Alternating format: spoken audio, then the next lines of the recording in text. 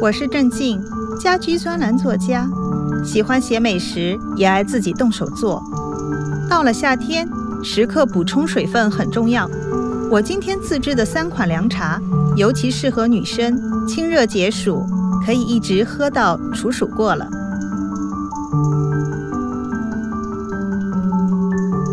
先做山楂陈皮决明子茶。决明子、山楂干、陈皮，再加上5-6颗冰糖煮茶。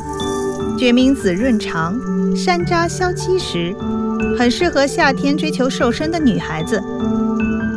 等水滚20分钟后，关火，放凉，滤出茶汁。喝起来酸中带着一丝回甘。第2款青柠檬薄荷龙井茶。提前将龙井茶加净水放入冰箱冷泡4至5个小时出味，也可用乌龙茶或安吉白茶做替代。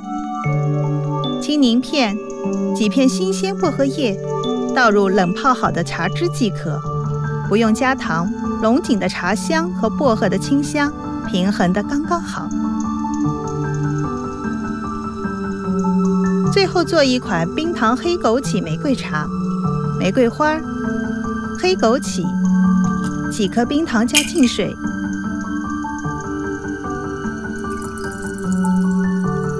放入冰箱冷藏，慢慢出味儿。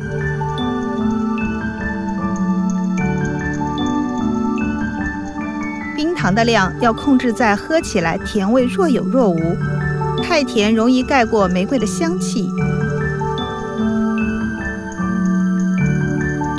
黑枸杞比一般的枸杞富含更丰富的花青素，茶的颜色也因此变成漂亮的紫色。